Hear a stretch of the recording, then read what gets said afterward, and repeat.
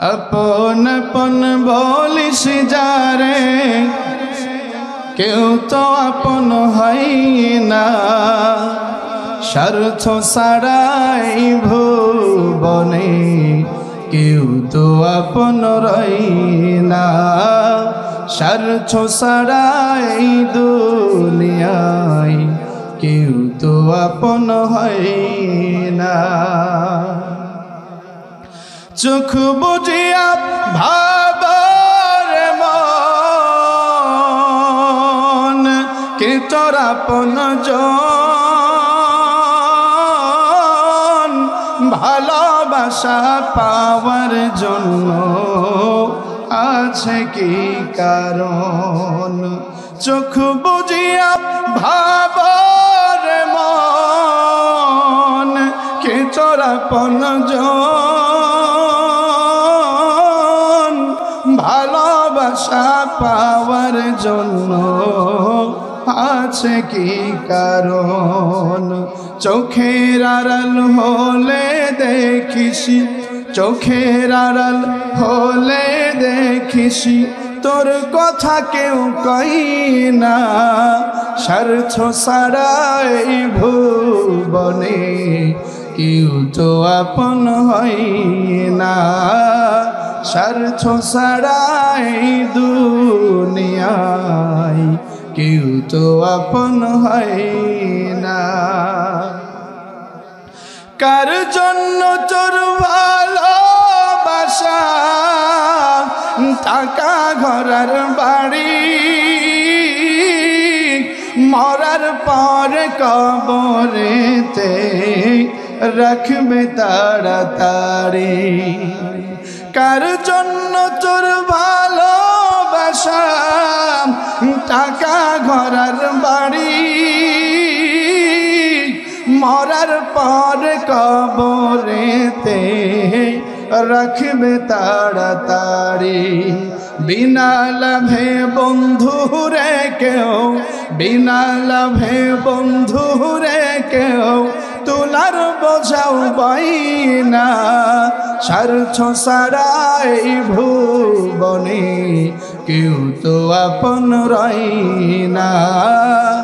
স্বার্থ ছাড়াই দুনিয়ায় কেউ তো আপন রয় না।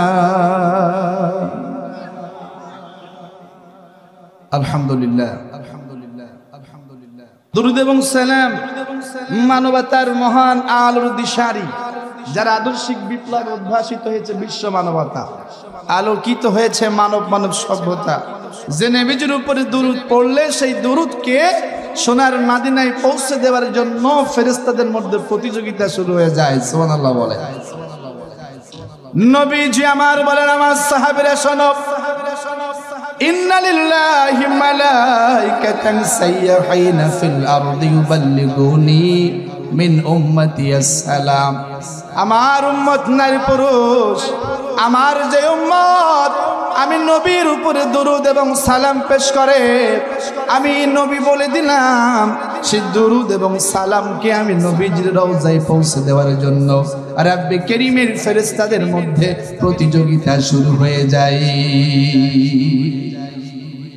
শুধু এটা নয়, রাসূলুল্লাহ বলেন, দুনিয়ার মানুষ আউলান নাস বি ইয়াউমাল কিয়ামাতি আকতারুহুম আলাইয়া সালাত।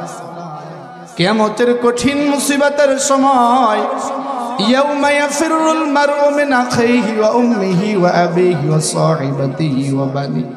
যেই দিন পিতা তার সন্তানকে রেখে পালায়া যাবে, যেই দিন ভাই ভাইকে রেখে পালায়া যাবে, যেই দিন জন্মদাতা মা সন্তানকে রেখে পালায়া যাবে, আলাখিল্লাহু ইয়াউমাইদিন বা'দুহুম লিবা'দিন আদুবুন ইল্লাল মুত্তাকিন।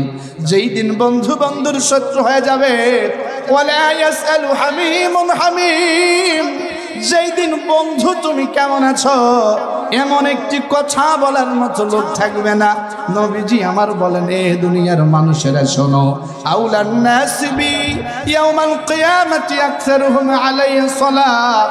আমার যে উম্মত নারী পুরুষ আমি নবীজির উপরে হাঁটতে চলতে উঠতে বসতে দুরূদ এবং সালাম পেশ করে, কিয়ামতের ময়দানে আমার সেই উম্মত নারী পুরুষ আমি নবীর সব চাইতে নিকটে অবস্থান করবে।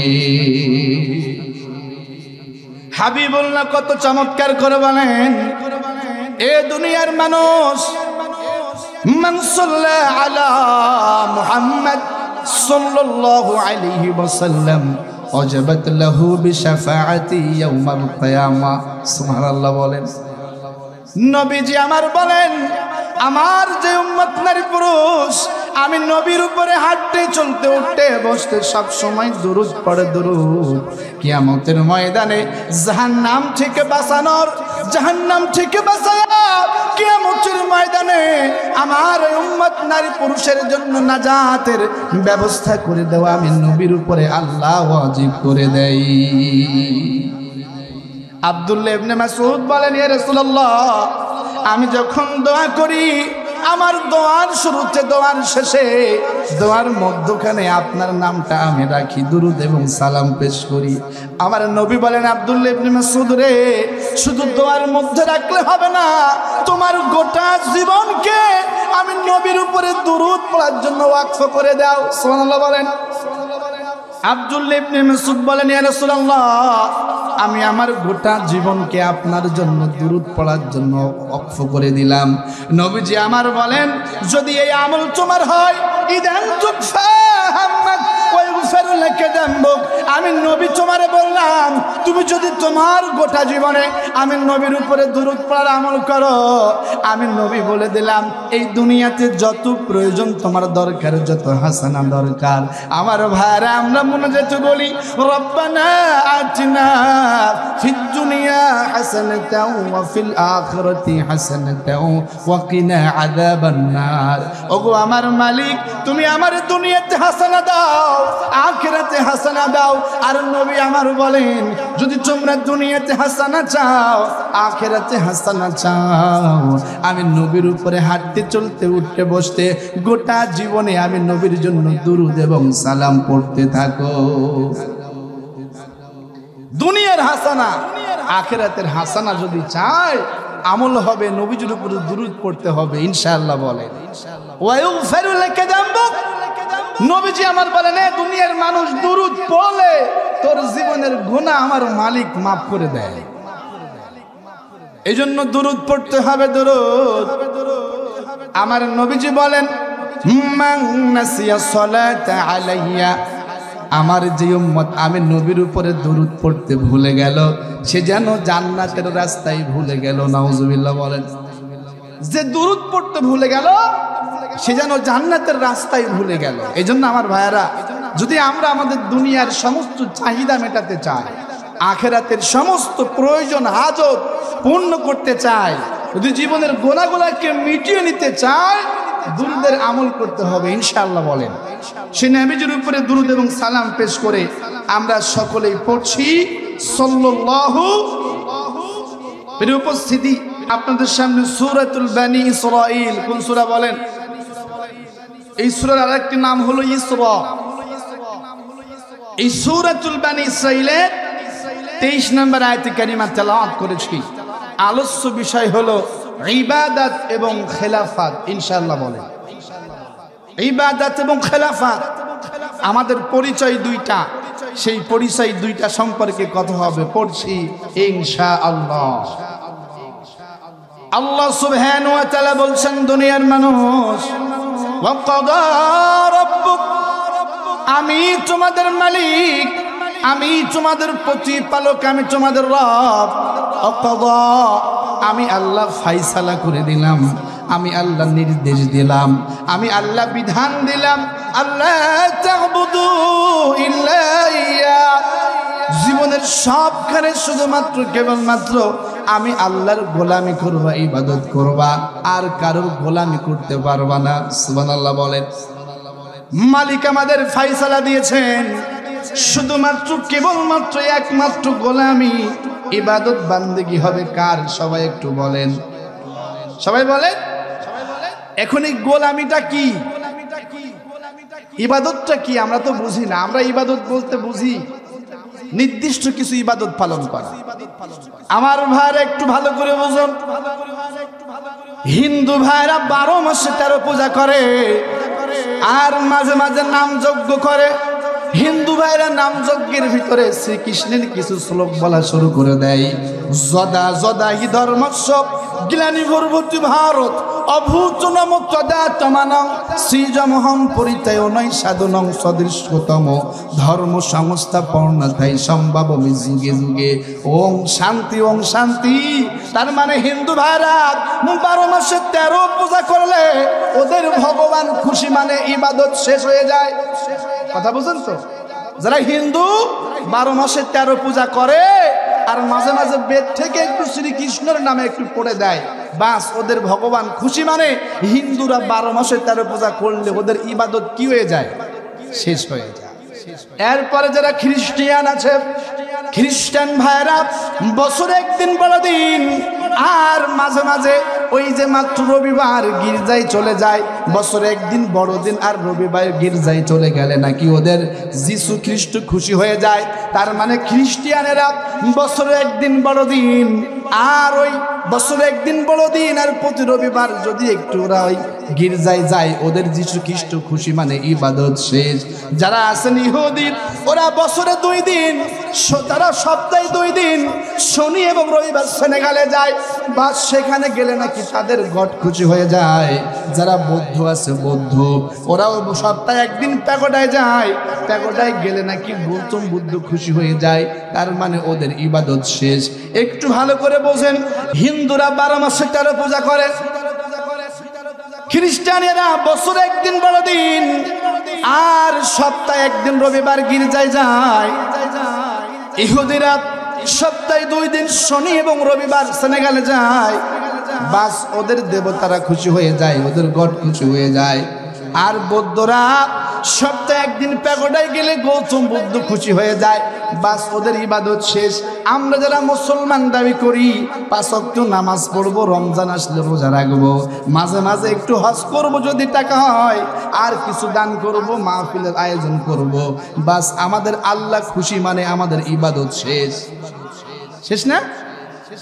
কেন? 5 ওয়াক্ত নামাজ, রোজা আর টাকা থাকলে হজে যাবেন, দান সদকা করবেন, আপনাদের আল্লাহ খুশি, মানে ইবাদত শেষ।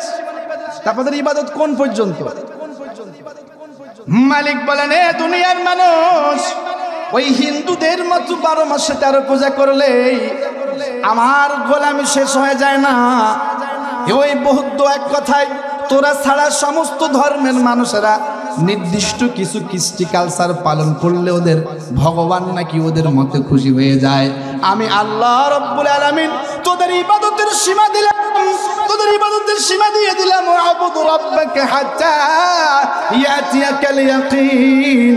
আমি তোদের মালিক, তোদের ইবাদতের সময় সীমা নির্ধারণ করে দিলাম। ওয়া আবুদু রাব্বাক, আমি তোদের রব, তোদেরকে বলছি ইবাদত কর আমি রবের। হাত্তা ইয়াতিয়াকাল ইয়াকিন, যতক্ষণ পর্যন্ত মালাকুল মাউত তোদের সারাগৃহস্থিত ধমনী, যতক্ষণ পর্যন্ত মালাকুল তোমাদের কাছে না আসে, মালাকুল মাউত না আসে, তোমাদের জন্ম থেকে মৃত্যু পর্যন্ত প্রতিটা সেকেন্ড, প্রতিটা মিনিট, প্রতিটা ঘন্টা, প্রতিটা দিন, প্রতিটা সপ্তাহ, প্রতিটা বছর আমি আল্লাহর গোলামি করবা, তোর জন্ম থেকে মৃত্যু পর্যন্ত। তার মানে আমরা যারা মুসলমান দাবি করি, আমার আল্লাহর গোলামি, আমার আল্লাহর বান্দেগি, আমার আল্লাহর ইবাদত করব জন্ম থেকে, জোরে বলেন, জন্ম থেকে মৃত্যু পর্যন্ত। এখন ইবাদতটা কি? আমার ভাইরা, ইবাদত সম্পর্কে শাইখুল ইসলাম ইমাম তাইমিয়া রাহমাতুল্লাহ আলাইহি বলছেন, লিকুল্লি মা ইউহিব্বুহুল্লাহু ওয়া ইয়ারদাহুল আকওয়ালি ওয়াল আমালি ওয়াল বাতিনাতি ওয়াজ যাহিরা। সুবহানাল্লাহ বলেন। ইবাদতের সংজ্ঞা দিচ্ছেন শাইখুল ইসলাম। শাইখুল ইসলাম বলছেন যে লিকুল্লি মা ইউহিব্বুহুল্লাহু ওয়া ইয়ারদাহুল, আকওয়ালি ওয়াল আমালি ওয়াল বাতিনাতি ওয়াল যাহিরা। এই দুনিয়ার মানুষ ইবাদত হলো তোর জন্ম থেকে মৃত্যু পর্যন্ত তোর প্রতিটা কথা এবং কাজ, হোক সেটা গোপন এবং প্রকাশ্য। মানুষের গোপন এবং প্রকাশ্য সমস্ত কথা এবং কাজ তার মালিকের জন্য হওয়া লাগবে, এটাই হলো তার মালিকের ইবাদত। সুবহানাল্লাহ বল।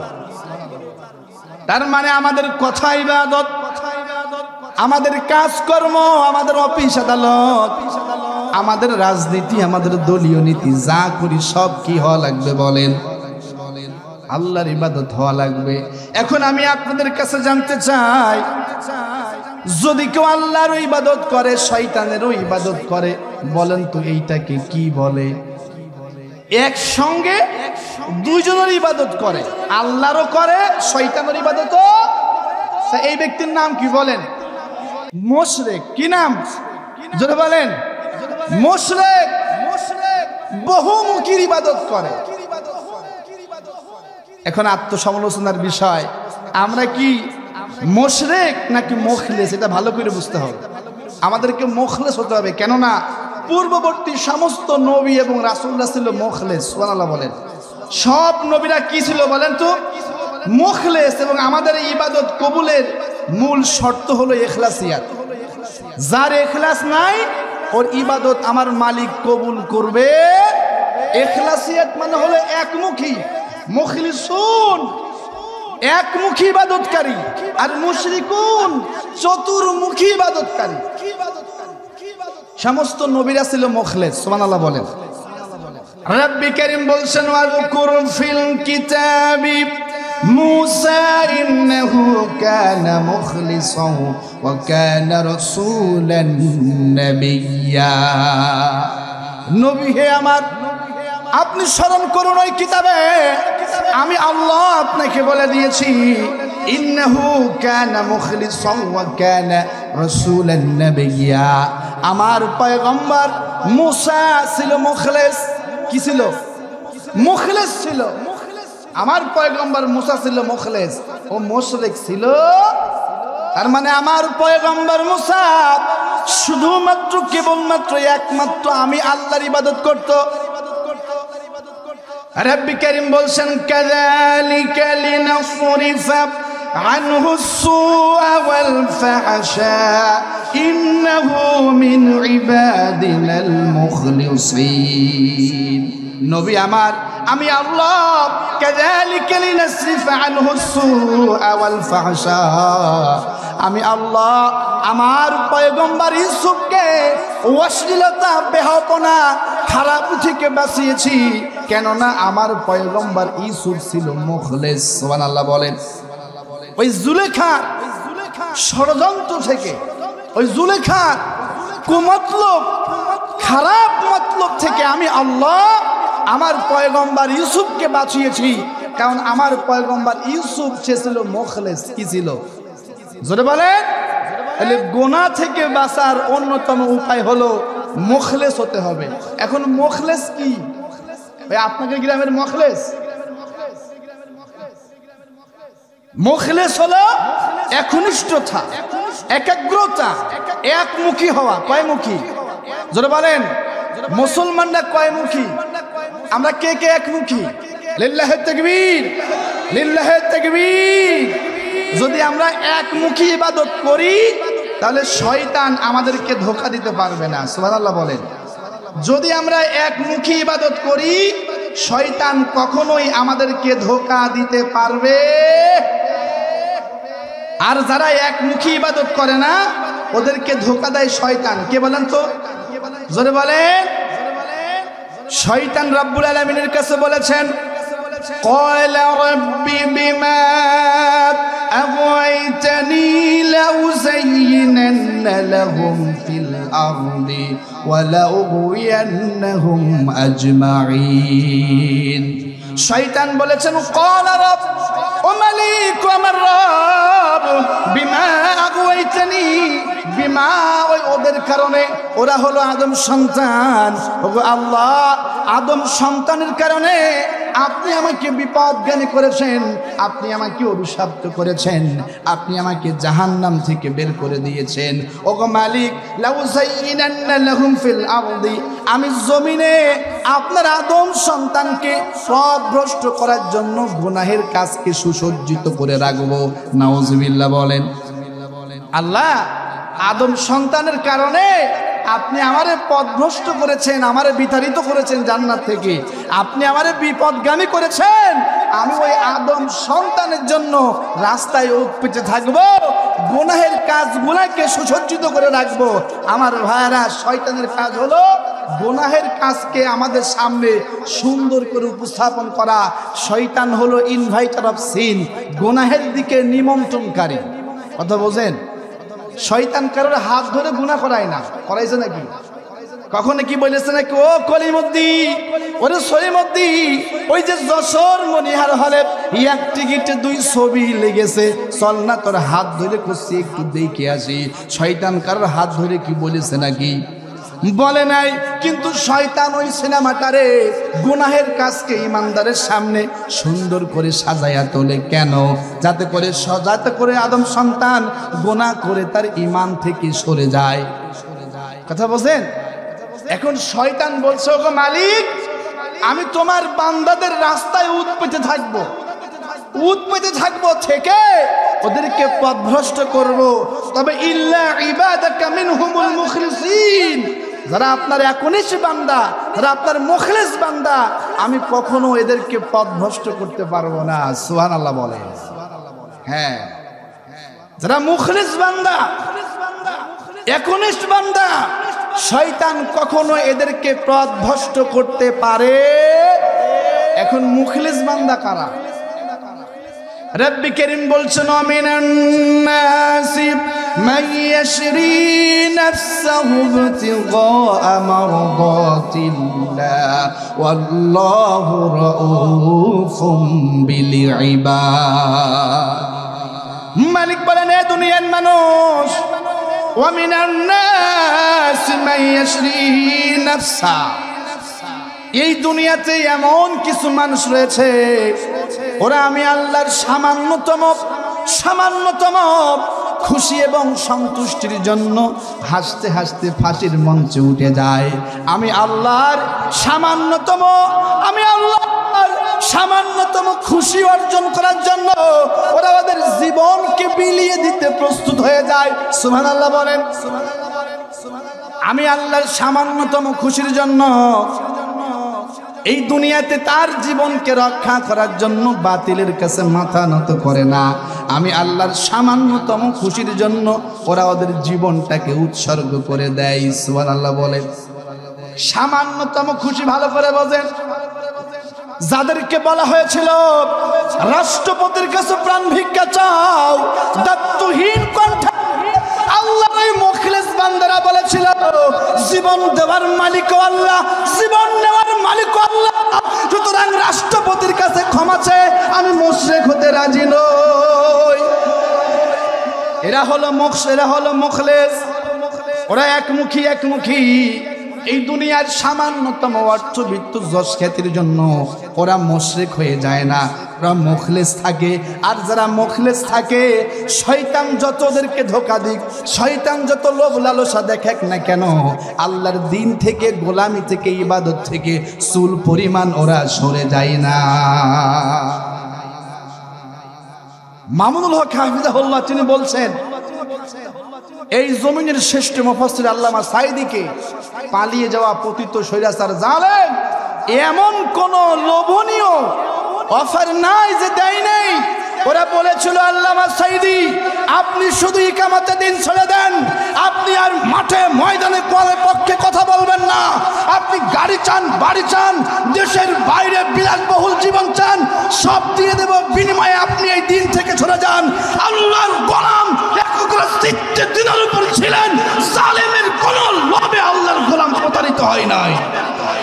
জালেমের সমস্ত লোভকে প্রতারিত করে আল্লাহর গোলাম তার রবের খুশির জন্য হাসতে হাসতে মৃত্যুবরণ করেছে। যারা মুখলিস শয়তান কখন এদেরকে আল্লাহর গোলামি থেকে, আল্লাহর আনুগত্য থেকে সরাতে পারে। কিন্তু যারা মুশরিক হলো তারা মুখলেস কখনো হতে পারে না। যেই সমস্ত দাড়িওয়ালা হুজুররা শাপলা চত্বরে গিয়ে বলেছিল, শাহবাগে গিয়ে বলেছিল আল্লামা সাঈদীর ফাঁসি চাই, এই শাহবাগে এসে আমি নেকি করেছি, আল্লাহর কসম করে বলি ওই দাড়ি টুপিওয়ালা টাটকা মুশরিক এবং মুনাফিক। এই যে ফরিদউদ্দিন মাসুদি মনে আছে তো, ও বলছিল শাহবাগে গিয়ে আমি নেকি করেছি। কি করেছে? তোর নেকি এখন কোন জায়গায়? তুই বাইরে বের হ, তোর নেকি জনগণ এখন দেবে। কথা বলেন না কেন? 32 নম্বরে যেমন নেকি পড়তেছে, তোর ঘাড়ও এখন নেকি পড়বে। তুই শুধু বের হ। এই জন্য আমার ভাইয়ারা, আল্লাহর গোলামি করতে হবে। ওয়াবুদ রাব্বাকা হাত্তা ইয়াতিয়াকাল ইয়াকিন। আমাদের জন্ম থেকে মৃত্যু পর্যন্ত কার গোলামি হবে? জোরে বলুন। প্রতি সেকেন্ড, প্রতি মিনিট, প্রতি ঘন্টা, প্রতিটা দিন, প্রতিটা সপ্তাহ, প্রতিটা বছর, এক কথায় জন্ম থেকে মৃত্যু পর্যন্ত শুধুমাত্র কেবলমাত্র একমাত্র গোলামি এবং বান্দেগি হবে কার? রাজি আছেন? কে কে রাজি আছেন? লিল্লাহে তাকবীর, লিল্লাহে তাকবীর। আল্লাহ কবুল করুক, আমিন বলেন। মুসলমান এই জীবনের মায়ায় কখনো আল্লাহর গোলামি থেকে সরতে পারে না। সম্মানিত ভাইরা আমার, মানুষেরা আল্লাহর গোলামি কেন করে না, এর তালিকা একটা আমি করেছি, একটু শুনবেন। মানুষেরা যখন মুখলিসিয়াতের থেকে সরে যায়, এই মানুষেরা যখন আল্লাহর গোলামি শৃঙ্খল থেকে নিজেকে মুক্ত করে নেয়, মানুষের মধ্যে যখন আখিরাতের জবাবদিহিতার অনুভূতি শূন্য হয়ে যায়, শুধুমাত্র তখনই মানুষ আখিরাত ভুলে, আল্লাহর গোলামি ভুলে দুনিয়ার পাওয়ার প্রতিযোগিতায় লিপ্ত হয়ে যায়। ওদের আখিরাতের জবাবদিহিতার কোনো অনুভূতি নাই। আছে কি বলেন? থাকলে এটা করতো নাকি? সম্ভব ছিল। এই জন্য নবীজি আমার বলেন, দুনিয়ার মানুষ হুব্বুদ দুনিয়া রাসু কুল্লু খাতিয়া। এই দুনিয়ার মহাব্বত সমস্ত গুনাহের মূল। এই দুনিয়ার মহাব্বত, দুনিয়াতে আরো চাই, আরো চাই, আরো চাই, এই লোভ লালসা, এই দুনিয়ার মহাব্বত আল্লাহর গোলামি থেকে মানুষকে সরাইয়া দেয়। নবীজি আমার জন্য বলেন, ইহদারুদ দুনিয়া ফাইন্নাহা খুদরাতুন হুলওয়া। এই দুনিয়ার মানুষেরা ইহদারুদ দুনিয়া, দুনিয়ার ব্যাপারে সতর্ক হও, দুনিয়ার ব্যাপারে সতর্ক হও। ফাইন্নাহা খুদরাতুন হুলওয়া, কেননা এই দুনিয়া হলো সুন্দর সতেজ মনোরম উদ্যানের মতো। এই দুনিয়া তোমারে আকৃষ্ট করে, এই দুনিয়া তোমারে এমনভাবে আকৃষ্ট করে, এই দুনিয়া তোমারে বুঝাইয়া দেয় খাও দাও ফুর্তি করো, পৃথিবীতে বাঁচবে কয়দিন বলতে পারো, ঠিক কিনা বলেন? এই দুনিয়া মানুষকে আকর্ষণ করে। ওরা ভুলেই যায়, ক্ষমতা শেয়ার করে ভুলেই যায় যে 5 বছর পরে এটা তো নাও থাকতে পারে। কথা বলেন না কেন? ভুলেই যায় তার মালিককে। এই জন্য আল্লাহ বলছেন, ওয়ালা তাকুনু কাল্লাযীনা নাসুল্লাহ। এই দুনিয়ার মানুষ খবরদার, এই দুনিয়ার ফাঁদে পড়ে আমি আল্লাহকে ভুলে যাবে না। কে বলছেন? ওয়ালা তাকুনু কাল্লাযীনা নাসুল্লাহ ফানসাহুম আনফুসাহুম। এই দুনিয়ার ফাঁদে পড়ে, দুনিয়ার মোহে পড়ে, শয়তানের ধোঁকায় পড়ে যারা আমি আল্লাহর ভুলে যায়, আমি মালিক তাদেরকে ভুলাইয়া দিই। বুঝছেন কথা আমার ভাই? যারা এই দুনিয়ার ফাঁদে পড়ে আল্লাহকে ভুলে যায়, আমার আল্লাহ বলছে ও যে কে, এটাই আমি ওরে ভুলাইয়া দিই। এই জন্যই দুনিয়া দুনিয়া করে পাগল হয়ে যায়। আখিরাতের জবাবদিহি তার থাকে না, ওর পেছনে শয়তান লেগে যায়। কে লেগে যায় বলেন? এবার নেশা লেগে যায়।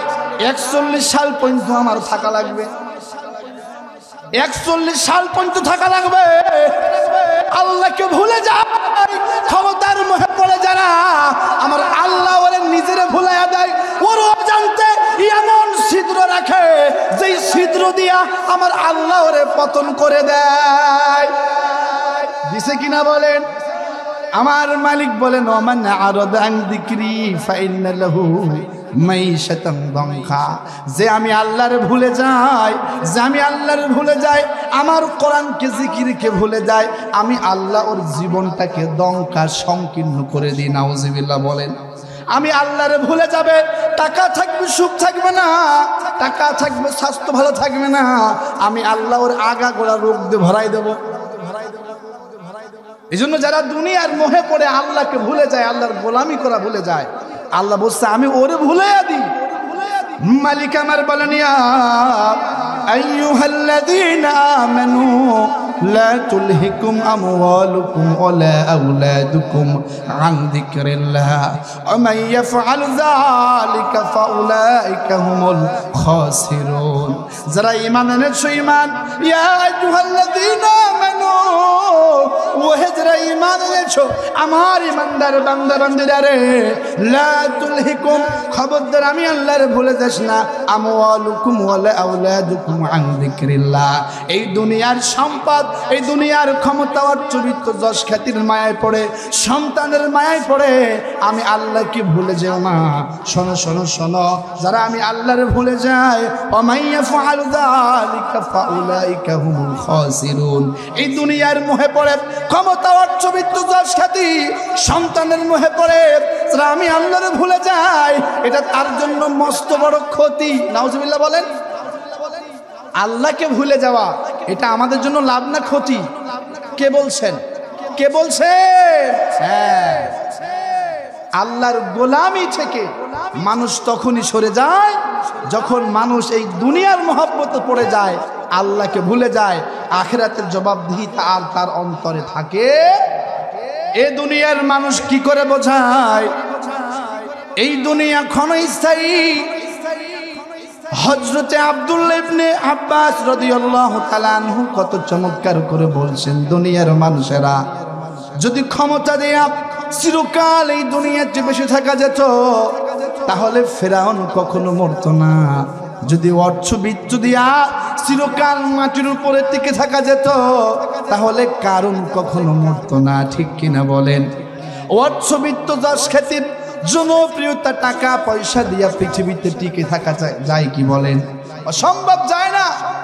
হযরত আলী রাদিয়াল্লাহু তাআলা আনহু তিনি কবরস্থানের পাশে দাঁড়ালেন, কবরের পাশে গিয়ে বলছেন, ইয়া আহলাল কুবুর আমওয়ালুকুম কুসিমাত ওয়া দিয়ারুকুম সুকিনাত ওয়া নিসাউকুম যুববিজাত ওয়া আওলাদুকুম হুররিমাত।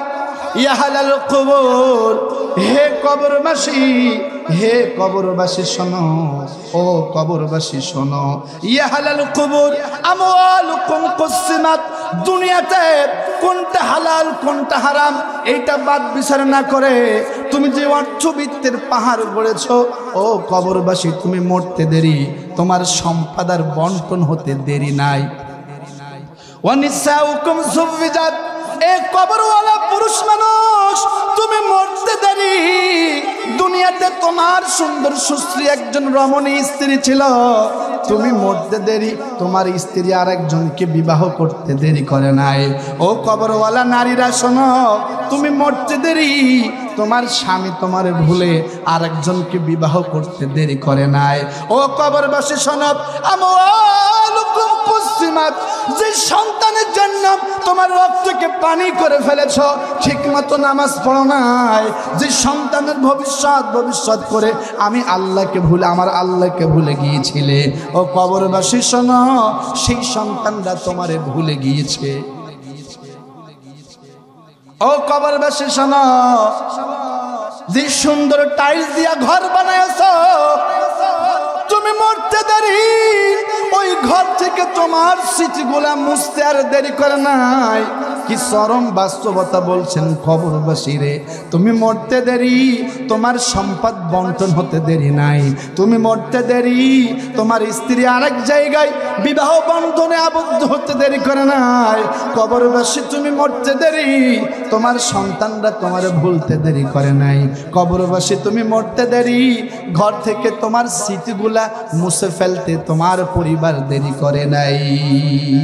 কোনটা তোমার বসত ভিটা, কোনটা তোমার ঘর, চিহ্ন রবে না ইট পাথরের মরণ আসার পর, চিহ্ন রবে না ইট পাথরের মরণ আসার পর।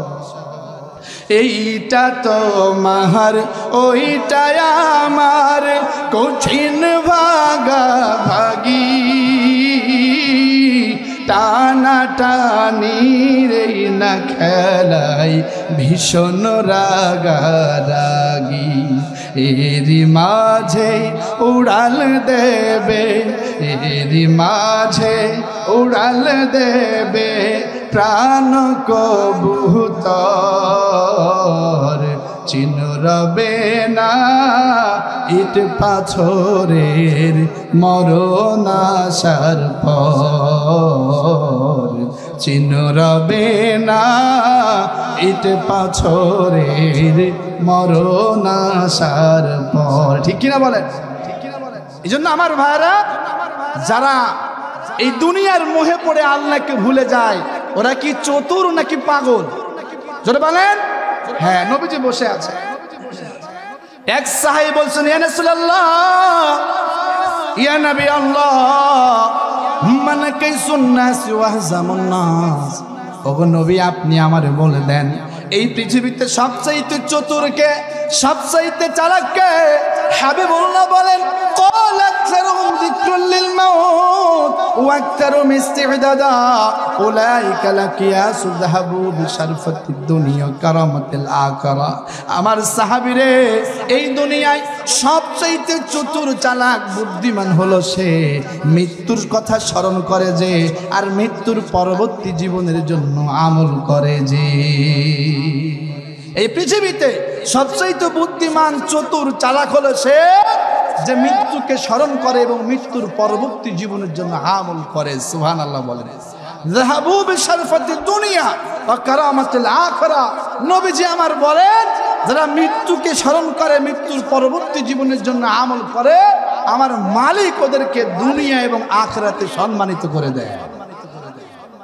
এর প্রমাণ হলো, আল্লামা সাইদি যখন ইন্তেকাল করলেন, তার জন্য কাঁদে নাই এমন কোন মানুষ ছিল? বলেন, জোরে বলেন। আল্লামা সাইদের ইন্তেকালে যখন পিরোজপুরে তার জানাজা হবে, ছুটে গেলাম সেই দিকে। আমি দেখেছি অনেক আওয়ামী লীগের ভাইয়ারা, বিএনপির ভাইয়ারা, আমি দেখেছি জাসদ বাসদ অনেক, সব দল মত নির্বিশেষে আল্লাহর গোলামের জন্য কান্নাকাটি করেছে। ঠিক কিনা বলেন?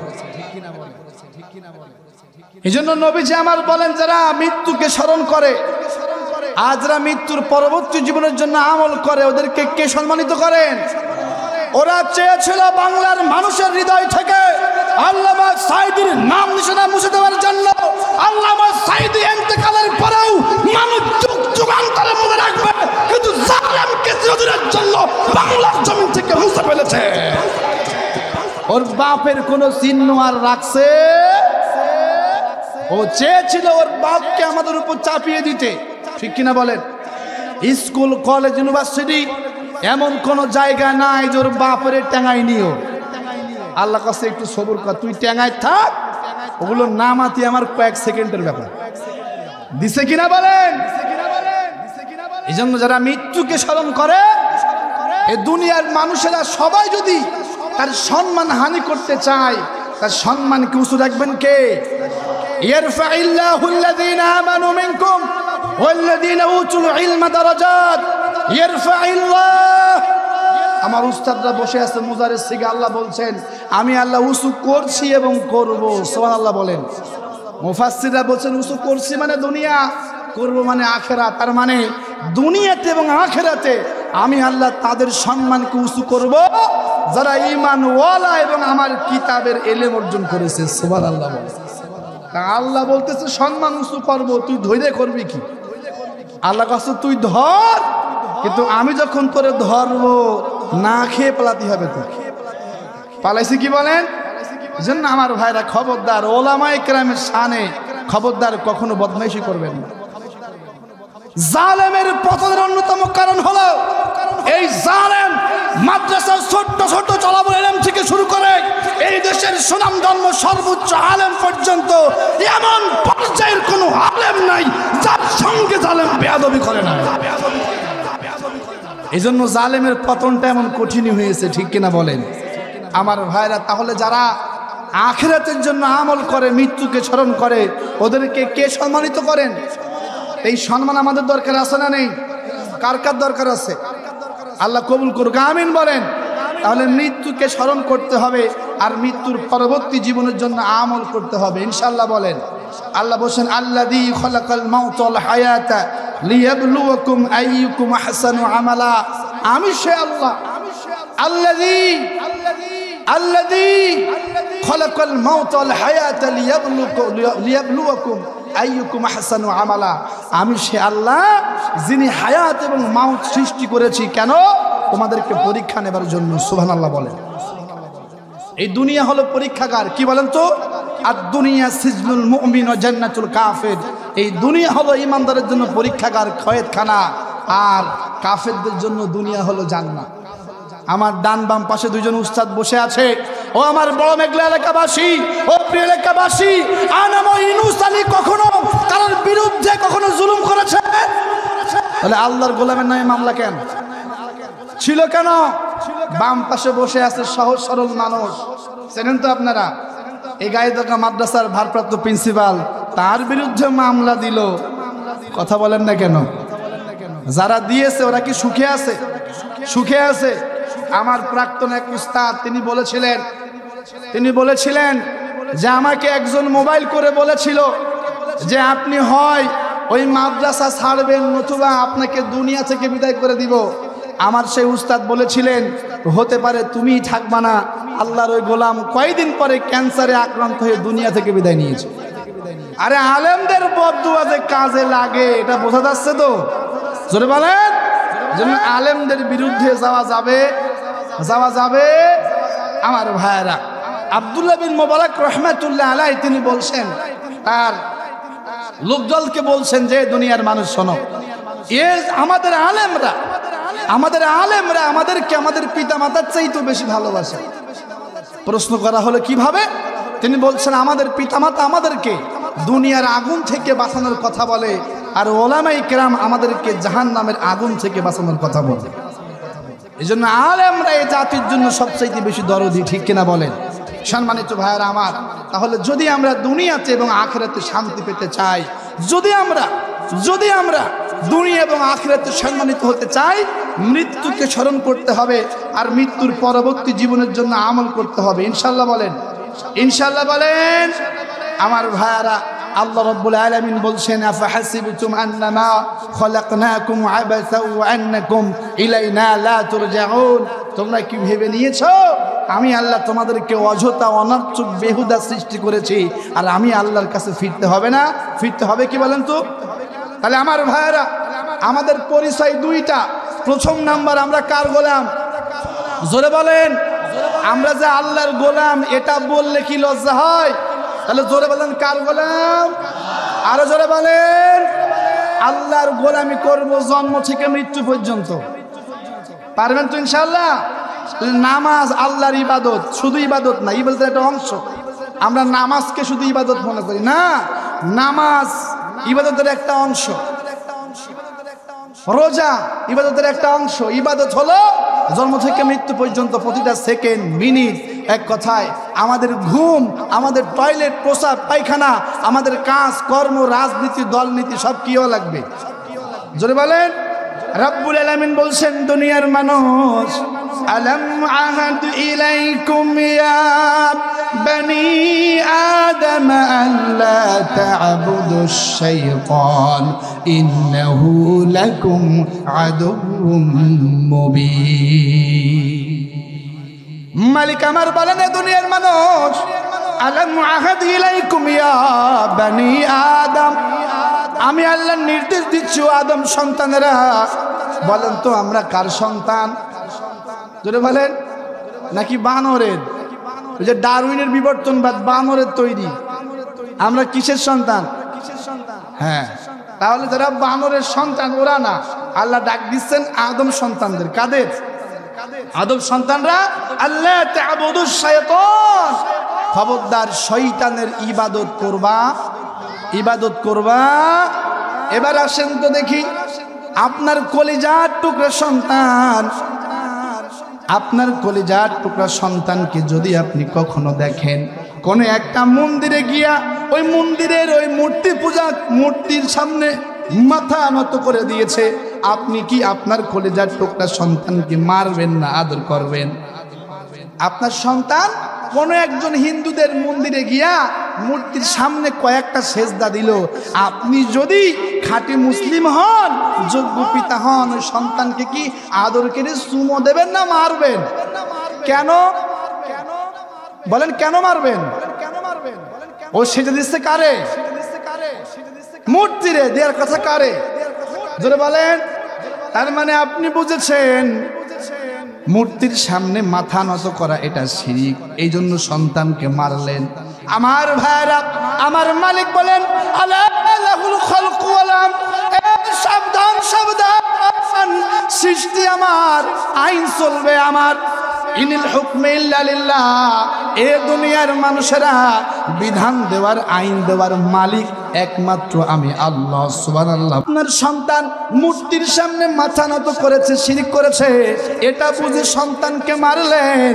ওই আল্লাহ রাব্বুল আলামিন বলছেন আইন দেওয়ার মালিক আমি একজন, সে আল্লাহর আইন বাস্তবায়ন না করে আপনার সন্তান কালমাস হেগেল ফ্রুডো, আপনার সন্তান জাদাক রুসুর মতবাদ জমিনে কায়েম করতে চায়, ওই সন্তানদের ধরে কবে মারবে? তখন তার মারেন না, আরো আগায়া দেয়, কারণ গেলে তো কিছু পাওয়া যায় নাকি বলেন? আল্লাহর কসম প্রিয় এলাকাবাসী, মূর্তির সামনে মাথা নত করা যেমন শিরক, ঠিক তেমনি আল্লাহর আইন ছাড়া দুনিয়ার মানুষের তন্ত্র মন্ত্র কায়েম করবে, ওটাও শিরক। ওটা কি শিরক? আল্লাহ বলছেন ইন্নাল্লাহা লা ইয়াগফিরু আন ইউশরাকা বিহি ওয়া ইয়াগফিরু মা দুনা যালিকা লিমান ইয়াশা। খবরদার, নিশ্চয় যারা শিরক করবে মুশরিক, আমি আল্লাহ কখনো এদেরকে ক্ষমা করব, মুশরিকরে আল্লাহ মাফ করবে না। তাহলে যাওয়ার কোনো জায়গা আছে বলেন?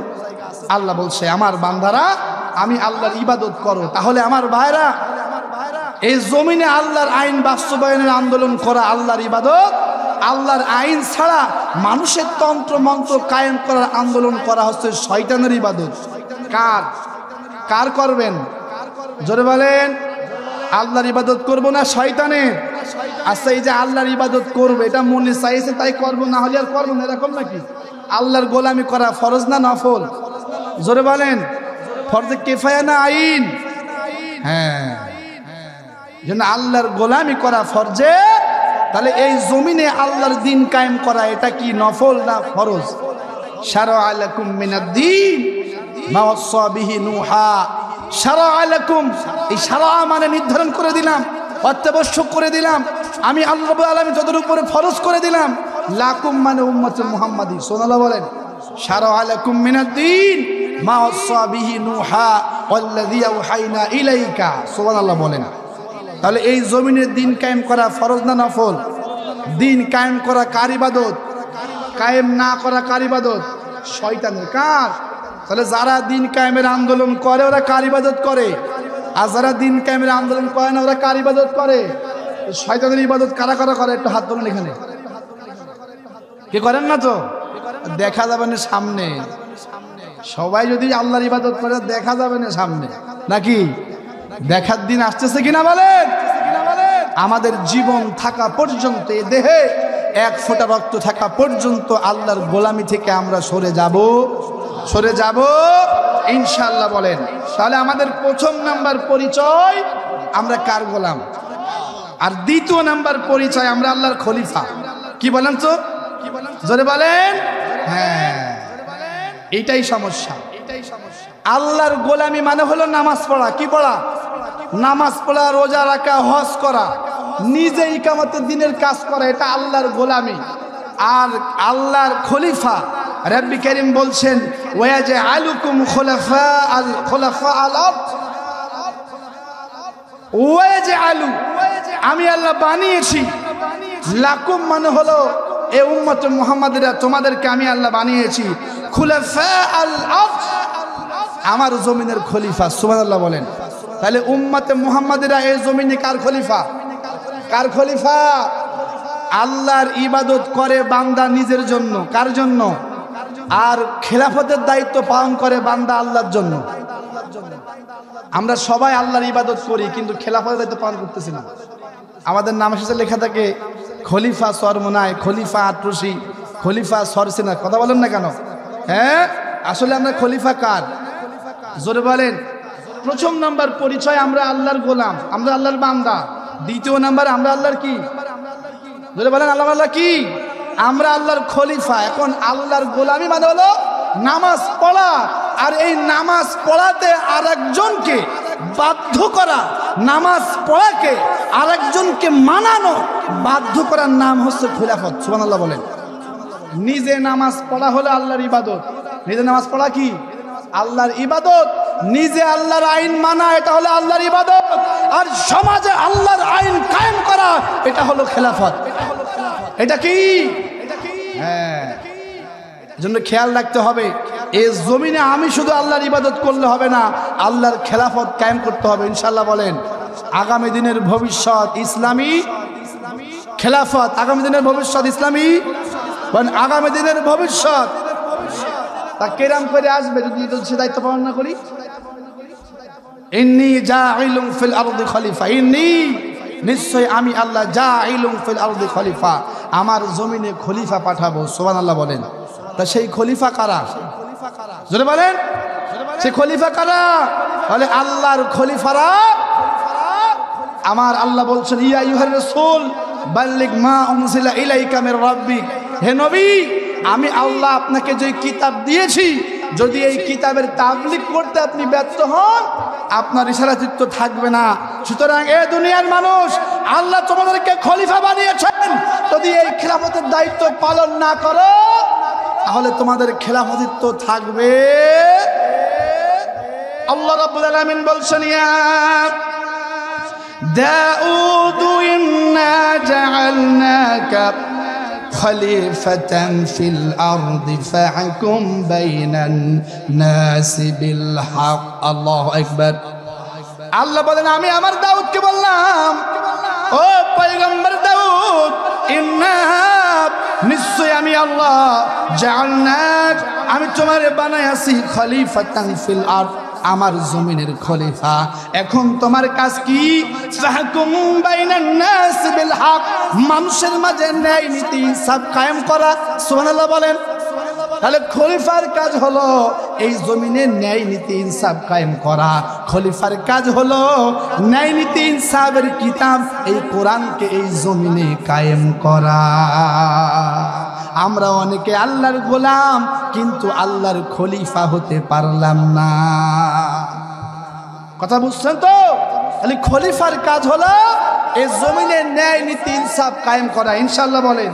সম্মানিত ভাইরা আমার, রব্বুল আলামিন কত সুন্দর করে বলছেন, এ দুনিয়ার মানুষ, ওয়ালাকাদ বা'আসনা ফি কুল্লি উম্মাতির রাসূলান আন ইবুদুল্লাহা ওয়াজতানিবুত তাগুত। খলিফার কাজটা কি?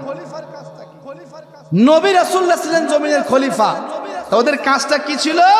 আল্লাহ বলছেন রাসূলান আন ইবুদুল্লাহ, খলিফার কাজ হলো মানুষকে আল্লাহর গোলামির দিকে ডাকা। সুবহানাল্লাহ বলেন।